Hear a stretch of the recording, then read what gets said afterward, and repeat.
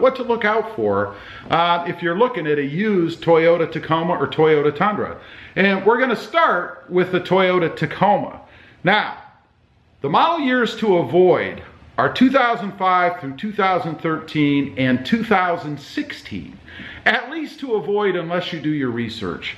Now, from 2005 through 2011, Toyota had over 700,000 Toyota Tacomas recalled.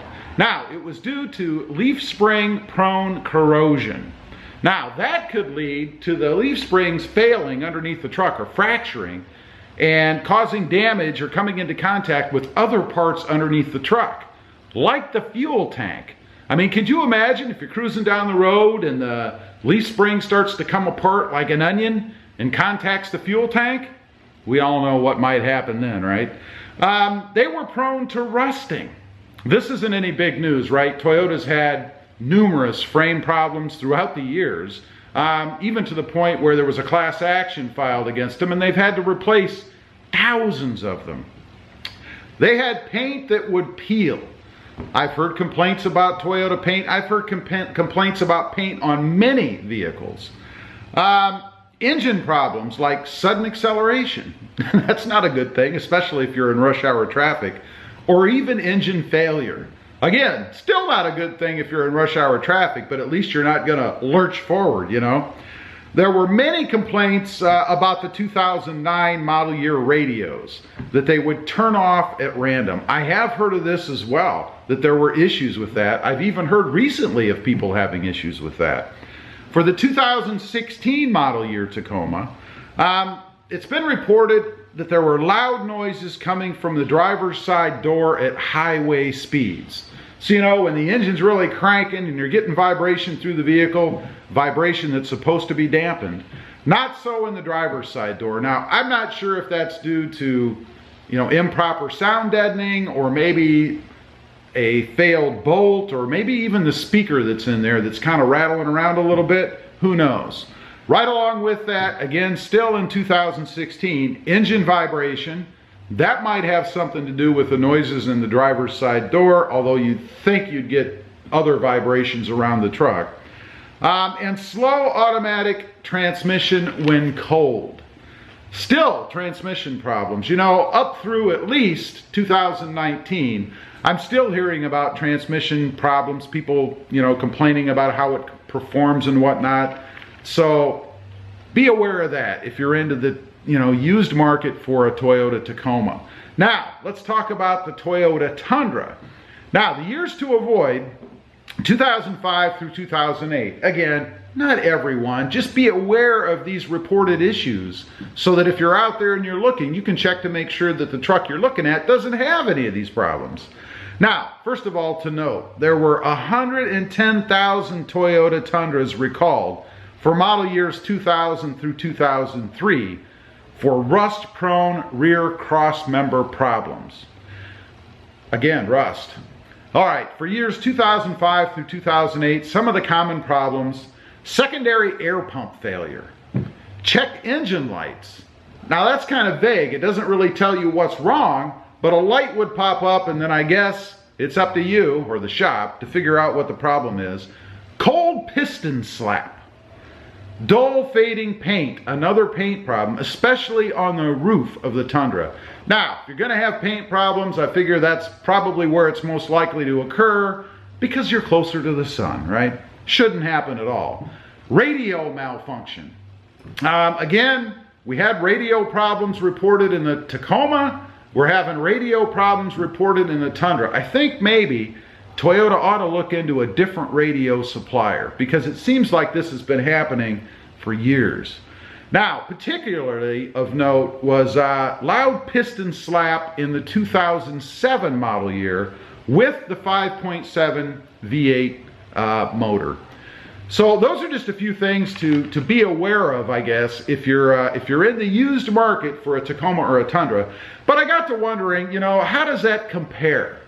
You know, are these things just relevant to the Toyota product? And we know it's not, right? So I took a look at the F-150s. You know, the #1 selling truck in the country, maybe the world.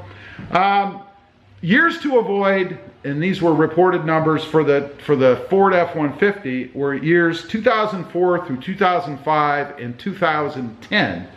And here's why. For years 2004 through 2005, spark plugs that break off inside the head. I mean, if you're working on, can you imagine you're at home, you're going to change your plugs? It's a pretty simple thing to do, right?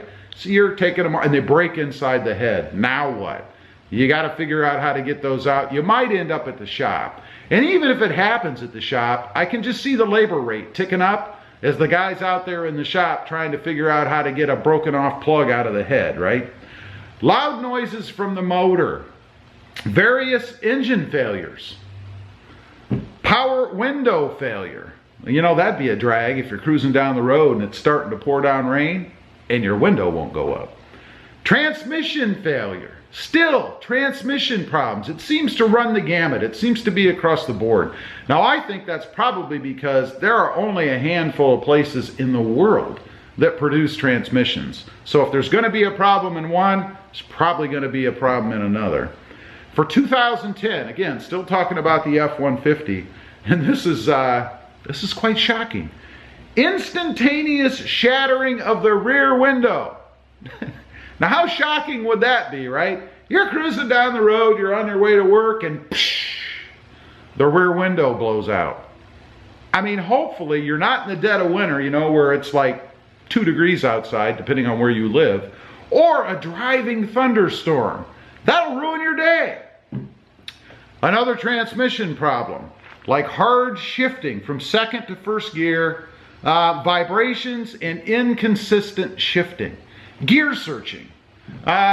We still have these problems today, again, with these transmissions. You would think, we've had transmissions in trucks now for, I don't know, since before I was born. You would think that they would have kind of figured these out by now, but it seems like it's a never-ending prevalent thing across the board. Doesn't matter what model you get, you're gonna have years where you're gonna have transmission problems. It just seems like it's that common. So that's a little comparison, and it seems to me, I mean, a lot of these things in the Ford, you know, engine failure, windows blowing up, are a lot more serious than what we're seeing in the Tundras and the Tacomas. So I think I'd probably still steer towards a Toyota product if I was in the used market. Now again, I want to stress that I'm not reporting this to deter you from looking into the used market. Used market is a great way to go. I mean, you save a lot of money, you can pick up some real cherries out there, and you let somebody else take all the depreciation, right? It really is the smart way to buy. But my point in doing this is so that when you're out there and you're heading off to either the dealership or maybe a private party, that you're armed with knowledge, right? That you know what to look for. I mean, some of these things, you know, you don't have to be a mechanic to stick your head underneath the truck and take a look at the leaf springs. You know, if you see leaf springs that look funny, you know, they're starting to come apart. You see things flaking off. They're heavily rusted, or any rust, heavy rust underneath the truck.